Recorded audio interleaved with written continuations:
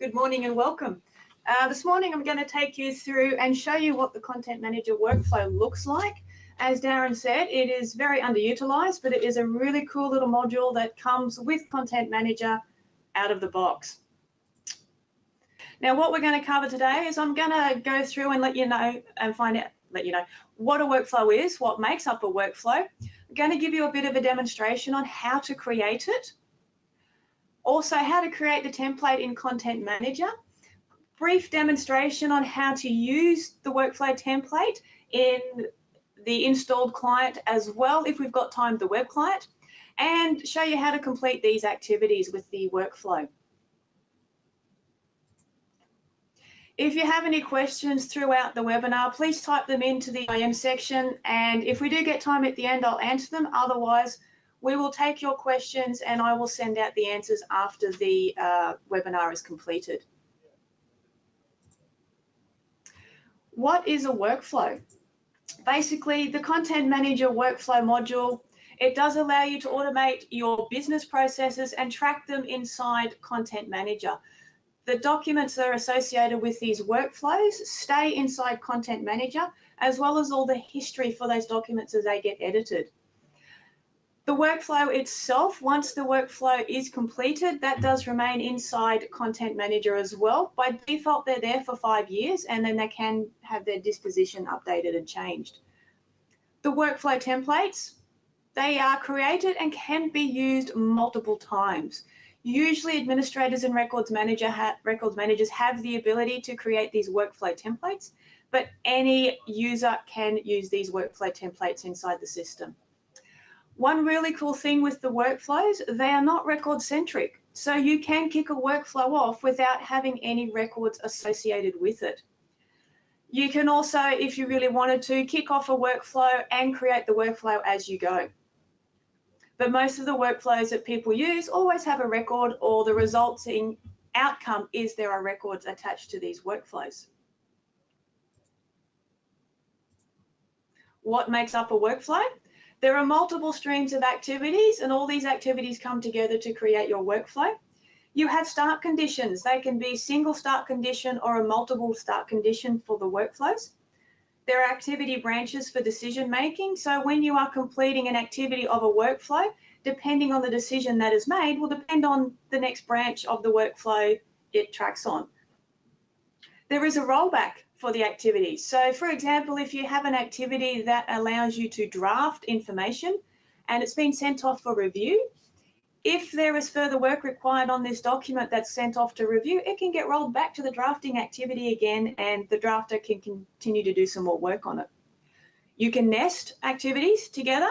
So you have like a parent activity, and underneath there you have sub-activities. So for example, you may have to send a letter off to somebody, but before you can do that, you've got to print the document, sub-activity 1, get it signed, sub-activity 2, and send the document off, sub-activity 3, and that will complete the parent activity. You can also attach your working and reference documents. So the working documents allow you to edit the documents throughout the workflow. Reference documents are attached so you can refer to them as you're looking at the activities. There is no need to edit the reference documents. They're there to provide further information to help you complete the activity itself and update any working document that is attached, which is actually pretty cool. Also, multiple records can be associated with the workflow. So you can have reference documents, multiple of those. You can have working documents, multiples of those as well. So you can have any number of records attached to your workflow. You can also skip activities. So depending if an activity has been met or not, the decision, you can actually skip it. So if it has to go down branch A, but branch B is not required, everything on branch B will actually be skipped, which is actually pretty cool. Now, when it comes to a workflow, where to start? Well, the first place I highly recommend you start is you've got to draw it first. It is very difficult to create the workflows inside Content Manager if you don't really know the process you're going to be creating. So my highly recommendation is draw it. And as you can see there, I've been very busy putting my little workflow together, and I've been rubbing stuff out, putting stuff in, moving stuff around. Once you are happy with it on paper, You can then continue into Content Manager and actually start creating it. Also, when it comes to documenting your workflow business process, perfect opportunity to refine it and make it better. Make it simpler as you are going along. So I've got a pretty simple one there. Took a little bit to put together, but it's nice and simple and easy to use. Now we have to create it. So once you've got it on your piece of paper, it is time to actually jump into Content Manager and create it. This is actually the one I will be using today to demonstrate to you. Those boxes are your activities, and as you can see in the little section at the bottom of the box, they are the decisions that belong to the activities. The green lines means the activities are moving forward, and the red lines are the rollbacks. So if the decision is made, for example, the response has not been signed in activity 4 there, it'll roll back to activity 2, draft response, so it can actually get reworked again. Use it. Once you've created it in Content Manager, it is now time to use it. As I mentioned previously, anyone can use a workflow template. Once it's created, it is ready for everyone to use. You attach your records, but you can actually start the workflow without any records associated with it, being no records may be in the workflow at all, or the resulting right at the end is going to be a document. You can reassign their workflow activity. So if it's been accidentally assigned to you, this workflow activity, you can reassign it to somebody else and get them to work on it. There is a time limit to complete the activities. So you may have 4 hours to complete an activity. You can get an email saying, hey, your activity is due within X hours. And you may also get an email advising that your activity is actually overdue. You should have completed it an hour ago. Also, there is some additional setup that you do in the system options, which does allow you to set your start of working day time and your end of the working day time. Now, this is a really cool feature because if you receive an activity at 4 o'clock in the afternoon and your day finishes at 5 p.m. and you've got 4 hours to complete the activity, it will not become overdue while you're away.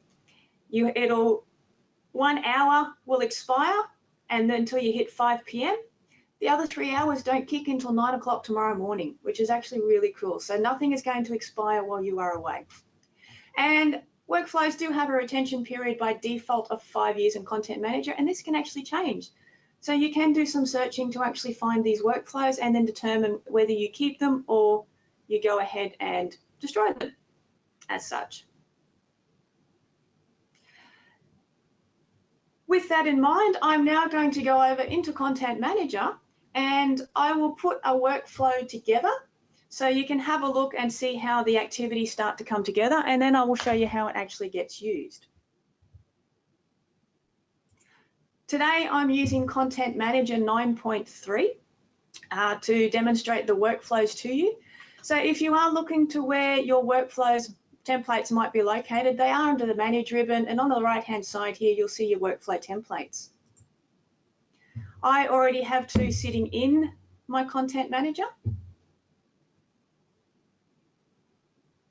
I have an Australia Post Mail and I have an incoming correspondent. To create a workflow template is very, very easy. You just right click in the window and do a new template. You give your template a name, something that is going to be relevant for what it will be used for. You have the option to treat your initiating record as a working document, reference document, replace a default container, or ignore. This example, I'll put it in as a working document. You can set your priority as well. The default is medium. You can set a default container. Now, this actually allows you to put all your documents created on this workflow into this default container. You can select the default record type to use as well. So rather than the users, as they attach documents that are not Content Manager documents to the workflow, the record type is already selected for you. You can have a workflow supervisor. They will also receive the email. So as the assignee gets the email advising they have been assigned an activity, the workflow supervisor will receive the email as well. And the total estimated duration down the bottom, that is a combination of all the time required to complete all the activities, and that will be completed once the template has been completed. Under documents, if you wanted to add a reference document, you can. And that just allows you to go and search through Content Manager to find that document. Your options, this determines when the activities are going to start. So you have some options there. And as you can see there, there's one of the places where the retention period for workflows based on this template is located. You can add some notes in this workflow template on what it might be used for. So you just click on Add Note. I'm just going to use it for outgoing correspondence. There we go. Pop that in there. These other notes, as your activities start to be created, they will appear in here, and these will be the notes from your activities that you can view from here. You have your object access controls, so you can restrict who can use, update, modify, access, and delete this. And you do have copied access, which will determine these access controls will get copied down to the activities and other workflows. Once you are happy with your general new template, click OK, and you're actually taken in to the workflow design editor. I have one activity sitting there already, so what I can do is just right click on it and go into properties, and I can actually update the activity information. So my first activity might review the correspondence.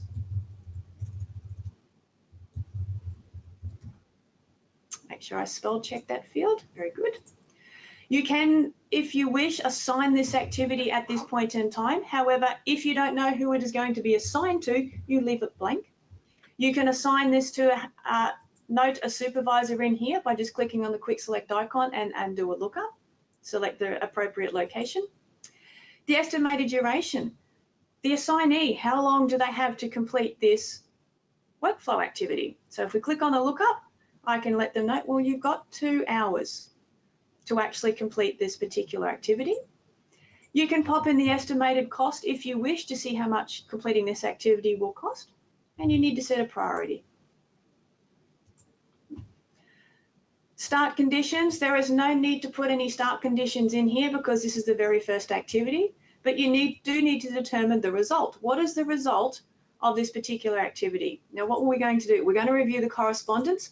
So the result in here might be correspondence reviewed. You can put in a description here as well if you wish, and you just click OK. You can attach any documents. So as you can see, this is the placeholder for the initiating record, and you might like to add in a working document. Now, what this actually does is the user will go in and create another document, and they need to add it into this particular activity. You can set up who is going to authorize this particular activity once the user has completed it. You just select from the locations. If this needs to be escalated, who can this activity be escalated to? Once again, you just add the escalation and add in the person or group who this should be escalated to. And then how long overdue should the escalation occur? Email recipients, this is for the CC notifications. If outside the initial assignee, you want other people to receive this particular activity email, you can pop them in there. Options, these are the email notification options required for this activity. They are all ticked by default, but you might like to, you don't want to receive an email when it's incomplete, when it's completed, skipped, for example. And down the bottom here, you've got options for completing the activity. I do like to have the completion dialog box to show, so I untick hide the box. This is where you can add some notes in regards to this activity, and this might be a really good place to put some information here on what the user needs to do to complete this activity, their instructions. And once again, the other notes are from the other workflow template or other activities in the workflow itself. Once you are completed the activity, you just click OK. To create a second activity, you just right click and add activity. So my correspondence has been reviewed, and it might be draft second response because they may have asked some information from the first one. I'm going to leave the assigned to blank. Same with the supervisor. My duration, they've got a day to do this. Estimated cost and priority. My start conditions. As this is the second activity, I do need to put a start condition in here. Depends on the following activity, which is the one before it. And it can be completed with any result if there's more than one result in there, or you might like just to select the individual result. What's the result of activity 2? Just pop a new result in there. We're drafting a second response, that's right. Add a result, second response drafted. Click OK. This might be the place where I add in my working document. So the user has to add in the document, draft a response. Record must be associated with the activity before being completed, so they have to attach it. And I can set the default record type from here as well. And you might like to pop in that reference document, which is the initiating record. There it is. Okay. Go through the other tabs. You might like to check your options and untick the items that you don't want to receive emails for. Add in any notes, and you can review the other notes from the activities as well. And there is your second activity. Now you continue on your merry way creating the further activities.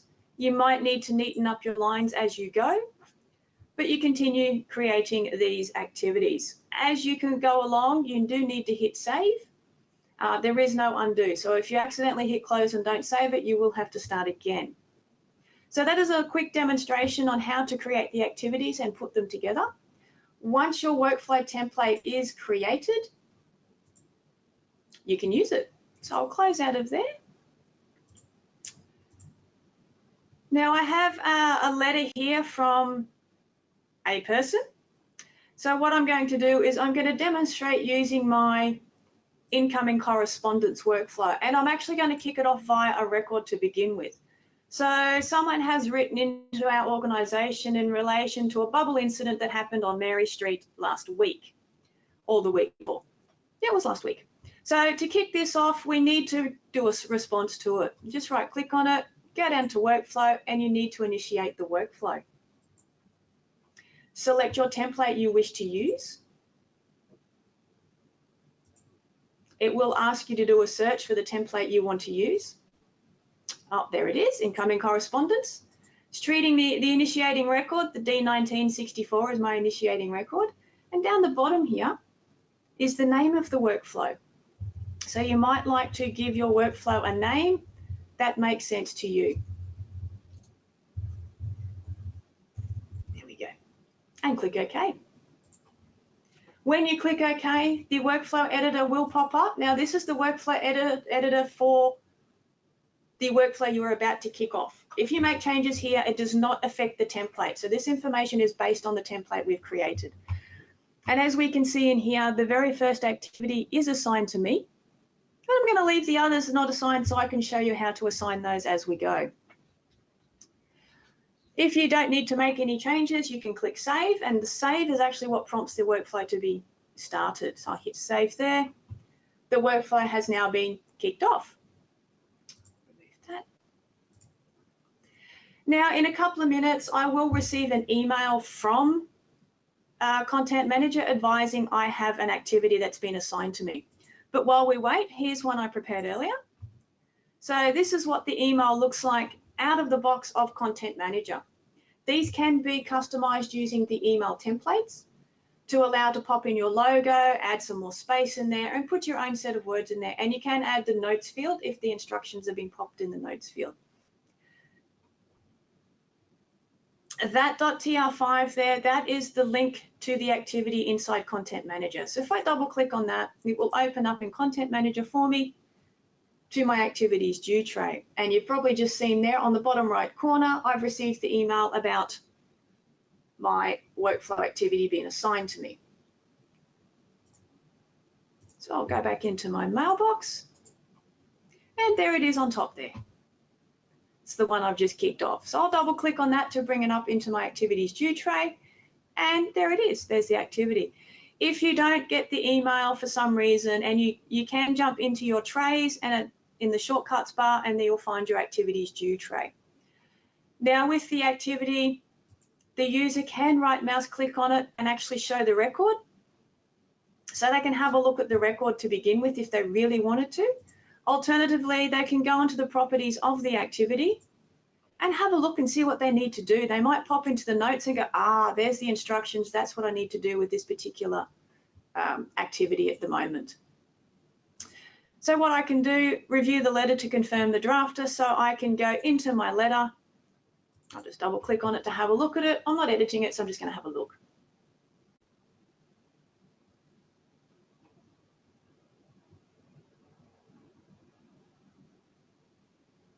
And here's my letter. Yes, it was a very bad bubbles incident on down Mary Street the other day. So this is the letter we've received. We've reviewed the information and we've determined who is going to actually draft a response to it. Close that. Go back to the activity, and what you can do now from here is you can complete the activity because we know who's going to draft the response. In this example, I'll reassign the next activity to myself just so you can see how this goes, but this would go off to another person.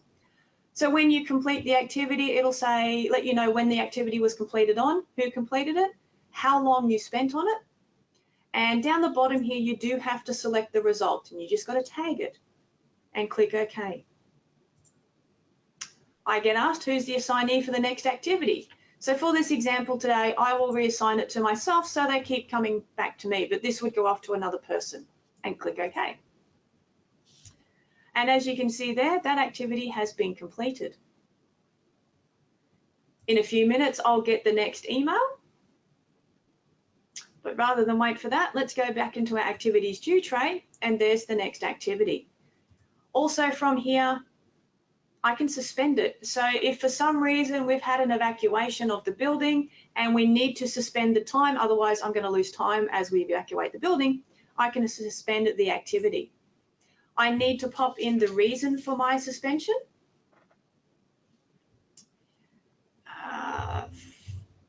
Fire evacuation. There we go. And you just need to set the total suspension time. So it might be an hour. And then you click OK. That is now suspended. The icon has changed for the next hour, so I can go through and evacuate the building. And then when I come back, I can actually resume the activity. So if I right click on it, I can go resume. That will kick the activity off again. There we go. And I can continue with what I have to do of this activity. Once again, you go into the properties and have a look to see what you need to do with it. There might be information under the notes. And as you can see under the notes, because I suspended it, it's actually popped the information in the notes there. Do whatever you need to do with this particular document. It was a draft a response, and I can complete this. Once again, when it was completed, I can draft the response. However, if I go to see, I've got a documents tab here now, I need to add in the drafted response. So I can right click on there, attach my content manager record. Down the bottom corner, the emails just come through. Need to go and find my drafted response because I've already saved it into Content Manager. Date registered today. And there's the outgoing letter there. So I've now attached the outgoing letter into the activity and click OK. For the purposes of the example, I will assign it back to myself once again. There we go. And the activity has gone to the next person. The email will come through, but to speed things up, I'll click on my activities due tray again. So this draft response has gone off to be approved. Once again, go through your properties, have a look at the activity, what you need to do with it. If it doesn't belong to you, you can reassign it. When you reassign it, it will ask you to select from the locations. Select the correct location, click OK, and the activity will be sent off to the next person. I have reviewed this particular document in this example, so I'm going to complete it, and I have decided that it hasn't been approved. It needs more work. So what I can do is I'll set the result as not approved, click OK. You have selected a rollback result. Do you want to do this? Yes. That'll go back to the previous activity and the previous assignee. They will receive an email advising that they've been assigned an activity again. Speeding things up, here's my activities due tray, and it's gone back to the previous activity. I will now go in to have a look at the properties, might look at the notes and find out why it's come back to me. Okay, then need to do some work on it, no worries. Go off, do your work on it, and then complete it again.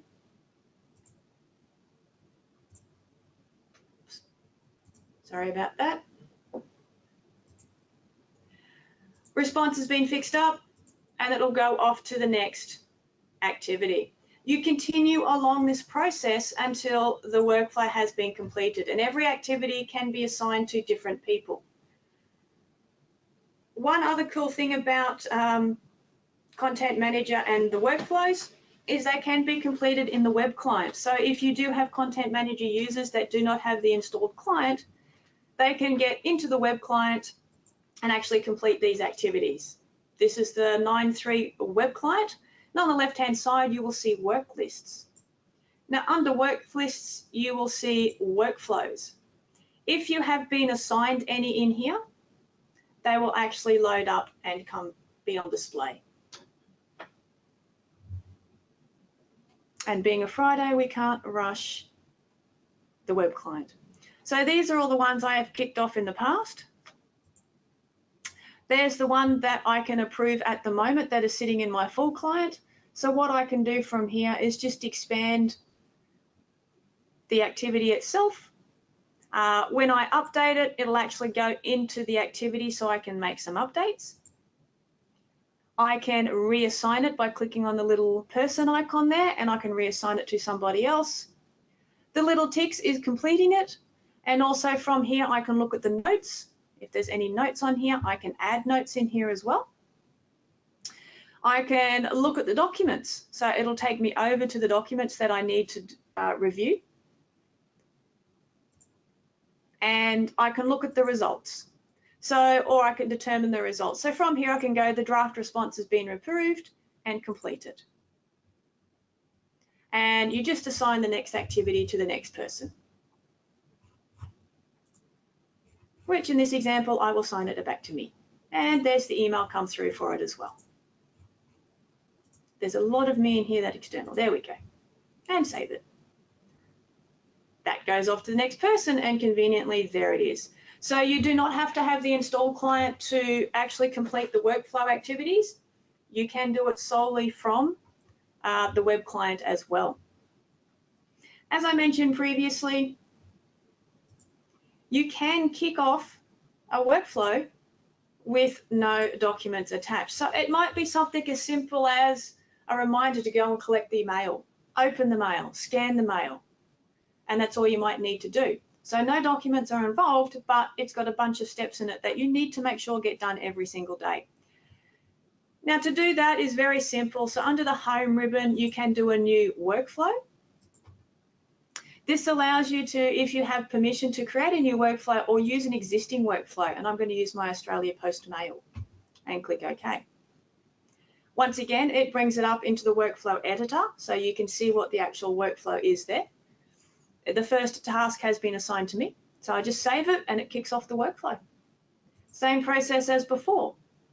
The workflow will be saved, or the workflow is saved and the activities are sitting in the activities due tray. If you wanted to keep track of this particular workflow here, you can send it to your favorite workflows. Right click send to favorites.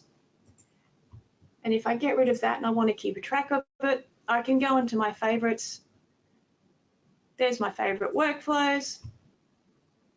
And from here, I can actually have a look. I can reschedule it. I can open in Workflow Editor to see where it's at. Okay, so you can keep an eye on where things are. Is this the one older one that I have sitting here? And I can see that, oh, it's stuck right there. Document approved and published. I've been a bit slack. Oops. So you can add it to your favorites, and you can also search for them as well. But that particular workflow I've kicked off in my activities due tray. There it is right there. I've got to go collect the mail. So I might wander off down to Australia Post, collect the mail, because it tells me exactly what I need to do and just come back and go complete. I've collected the mail. Beautiful. See, there's no documents tab. There's no document that needs to be attached. Assign it to the next person. It may be someone else who has to open all the mail. Close my activities due tray. You'll get an email. Oh, I've got to open all the mail. Okay, not a problem. So I might sit there, open all the mail, come back in here and complete my task. All the mail's been opened. Beautiful. Assign it to the next person. Goes off to the next person. Oh, I've got to scan it all in. All right, I'll sit there and scan it all in and save all the mail into Content Manager, not a problem. Scanned it all in, I've completed that activity, and that's actually the end of that workflow. Very, very simple. So to demonstrate, if I go back into my workflow templates, if I open up Australia Post Mail, I can show you there are no documents attached in any of these activities. I had nothing to do with documents for this particular workflow. So you can use it just as steps. Someone might have accidentally completed their Complete Australia Post Mail, but you get to open it's not there, so you can actually roll it back to go and get the mail. And the last activity there are no documents attached to this workflow. So one big benefit of the workflows is it's not document centric. You can kick it off without having to attach anything to the workflow. And all my emails are now going to come through. I will deal with those when they come through. And as mentioned, this activities, you can complete them in the web client as well. So which is a bit of a bonus. That is a really quick overview of how the workflow works inside Content Manager. The hardest part is getting the workflow on paper. Do not recommend trying to create it straight into Content Manager because you'll be chopping and changing and going back and forth and making a mess of it. Get it right on paper first, then it makes it a lot easier to create it inside Content Manager itself. I'm going to hand back over to Darren.